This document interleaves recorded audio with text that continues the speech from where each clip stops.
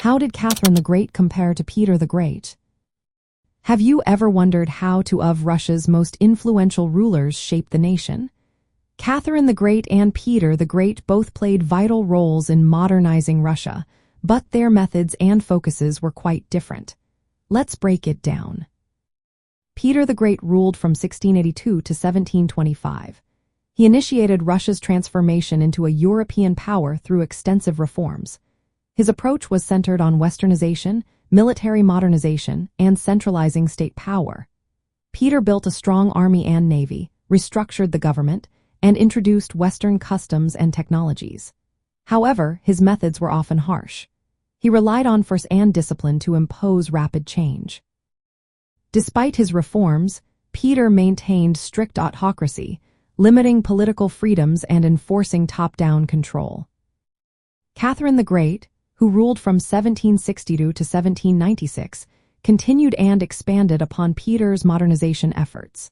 However, she incorporated Enlightenment ideas more explicitly into her rule. Catherine corresponded with prominent Enlightenment thinkers and sought to reform Russia's legal and administrative systems. One of her key initiatives was the nakaz, or instruction, which aimed to guide the drafting of a new legal code. This document reflected Enlightenment political thought and promoted rational governance and justice. Catherine reorganized provincial administration to improve efficiency and involved the gentry in local government. However, her reforms were pragmatic and limited by her commitment to autocracy. She maintained strong centralized control and did not extend political rights broadly.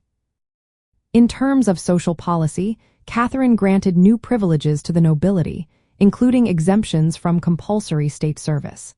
Yet, she reinforced serfdom, leaving peasants bound to the land and under the control of landlords. This contradicted some Enlightenment principles of liberty and equality, leading to social tensions. Catherine also attempted to stimulate economic initiatives, like merchant guilds and urban self-government, but these efforts had limited success.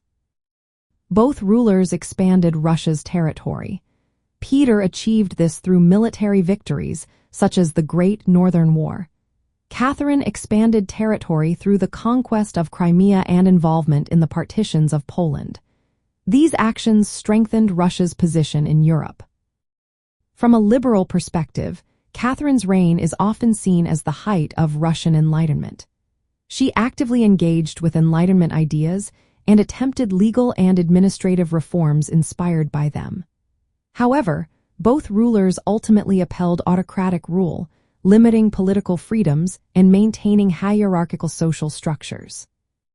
Peter's reforms were more militaristic and forceful, while Catherine's were more intellectual and legalistic.